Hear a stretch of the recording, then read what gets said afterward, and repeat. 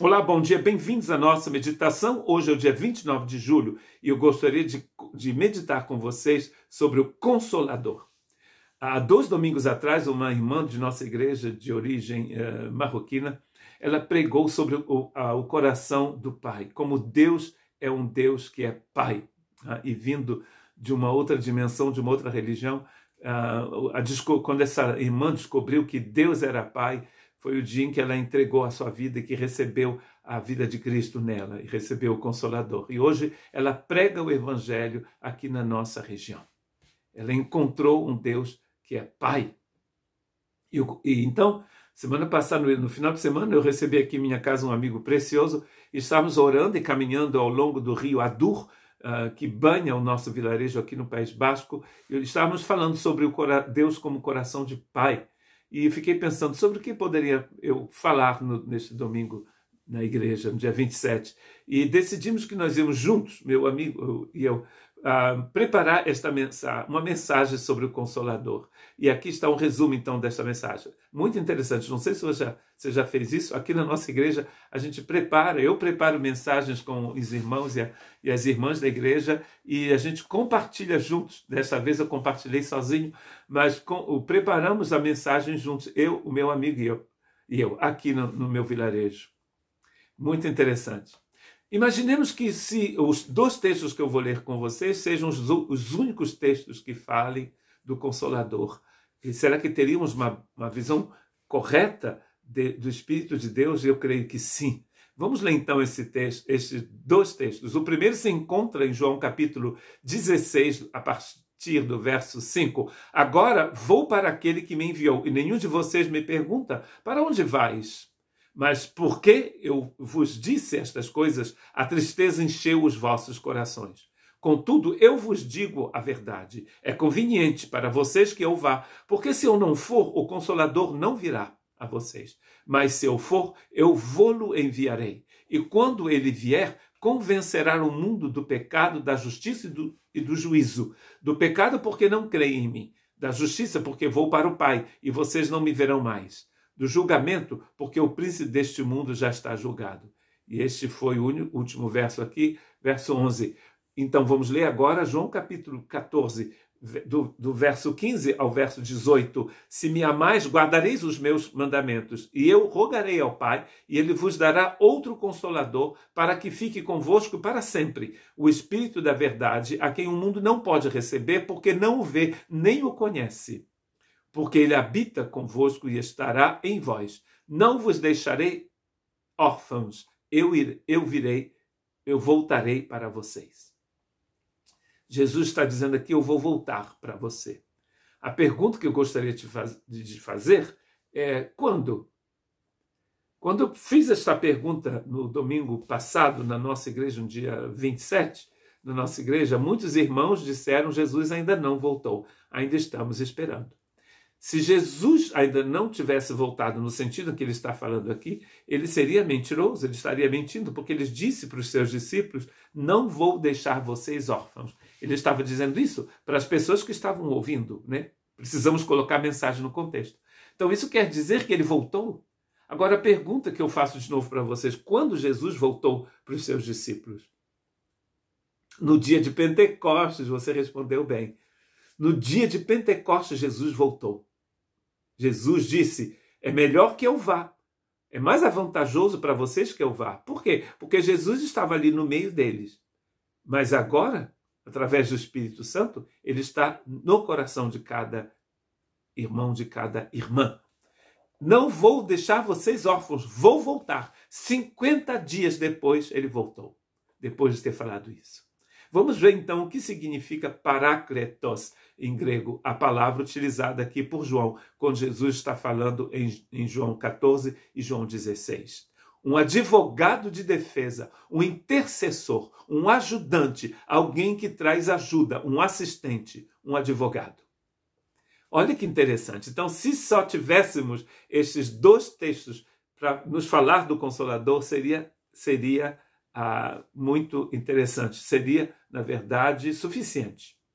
Porque esses 2 textos estão nos falando da característica principal do Espírito Santo. É um médico advogado. um enfermeiro advogado. Ele tanto defende quanto ele assiste a pessoa. Ele convencerá o mundo de Jesus do pecado, da justiça e do juízo.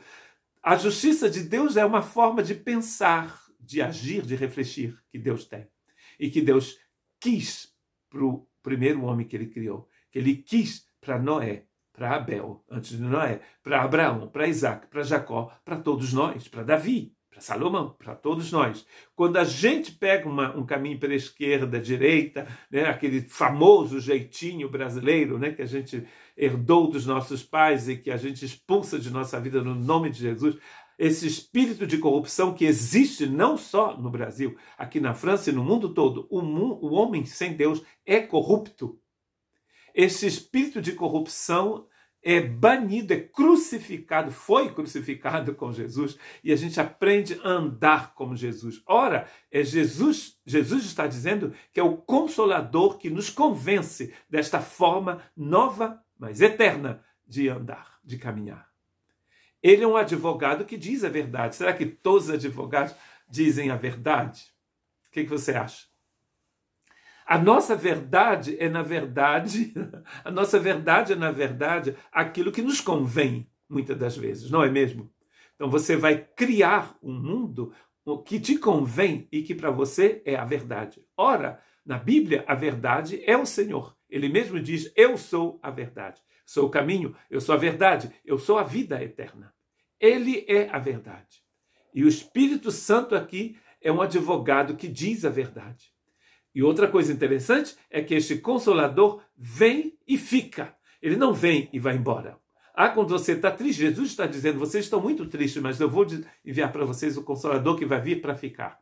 Pedro vai ser crucificado, segundo a história da igreja, de cabeça para baixo. Por que ele aceitou isto? Porque ele era cheio do Consolador. O Espírito estava nele quando ele está sendo perseguido. Mas eu fiz uma coisa horrível ontem. E o Espírito Santo foi embora. O Espírito Santo disse tchau, au revoir, agur, e cucharte, como dizem os bascos. Não, ele vem e fica. Jesus está dizendo, vamos voltar a isso daqui a pouquinho, Jesus está dizendo também que o mundo não pode receber o Consolador. Por quê? Porque o mundo está cego. Em João capítulo 3, Jesus diz a Nicodemos, para entrar no meu reino você precisa ver o reino. Quando você vê, você recebe, você entra. Nem todos acolheram a Cristo quando ele veio, nos diz João no capítulo 1 do seu evangelho. Nem todos acolheram, receberam a luz. Muitos rejeitaram. Já leu João? Quando você lê o capítulo 6, você vê que depois da multiplicação dos pães e dos 2 peixes, todo mundo queria seguir Jesus para comer de graça. Quem não quer, nem até eu. Uma boa comida francesa ou boa comida portuguesa ou brasileira, de graça, quem não quer? Todo mundo quer. E Jesus, então, vai pregar uma mensagem que eles vão achar muito dura. No final, eles vão dizer, olá, como diz o francês, olá. Não, essa mensagem é muito ruim, muito dura. Vamos embora. Se fosse sobre prosperidade, todo mundo ficava. Vocês vão ficar ricos se seguirem a Cristo. Todo mundo vem. Vão ser curados de tudo quanto é doença. Todo mundo vem. Quando Jesus fala de compromisso, de comer, de se alimentar dele, o povo fala, é muito difícil essa mensagem. Foi embora. Todo mundo foi embora. Nem todo mundo, né? Alguns ficaram. Nem todos acolheram a luz. Então isso quer dizer que as pessoas podem rejeitar o Consolador. E muitos o fazem, infelizmente.